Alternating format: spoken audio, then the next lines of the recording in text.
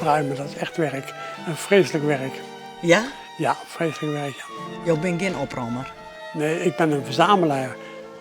Want wanneer moet het hier echt leeg wezen? Ik moet het 15 november opleveren. Dan moet er de Schoon aan de komende, haak, ja. dan moet er de komende weken nog wel heel wat gebeuren. Ja, dan even de spierballen er tegenaan, ja.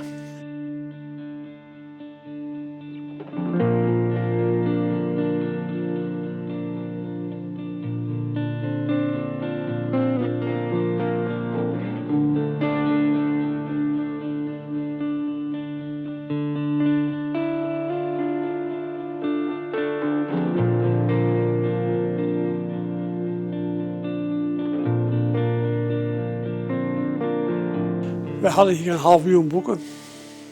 Je moet het kwijt, noodgedwongen dus, nu, omdat het pand weggaat. Maar ja goed, het is natuurlijk je levenswerk, dat wil je niet kwijt. Maar goed, ik moet het overheen zetten. Ik moet me van mannen. Dat valt niet mee. Het viel moeilijk. Ja. Ik denk het.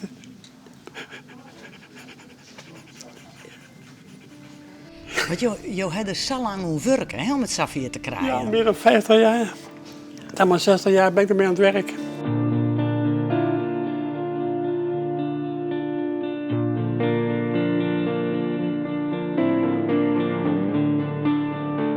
Wanneer ben je met de boeken begonnen?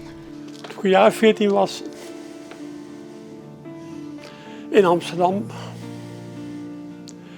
Waterloopplein. Dubbeltje per stuk. 3 voor een kwartje. En dus altijd een veelvoud van 3 boeken meenemen. Dat is winst.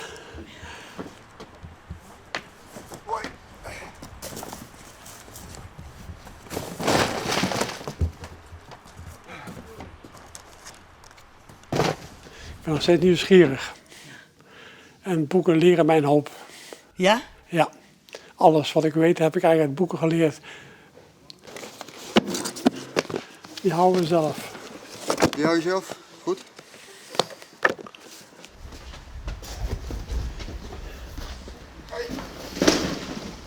En wat je hem dan net verkeerd bij, waar gaat dat heen?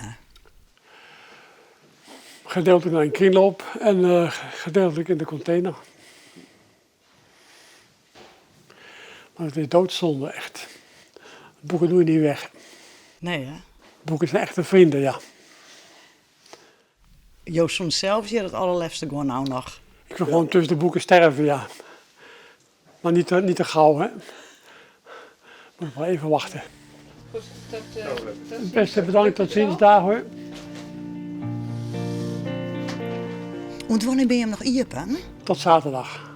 Tot en met zaterdag. Ja, en dan binnen iedereen hier nog welkom. Ja. En wat kosten de boeken op dit stuit? Dumpprijs, 2 kwartjes. Ik wens je wel een soort succes komende Dank u weekend. wel.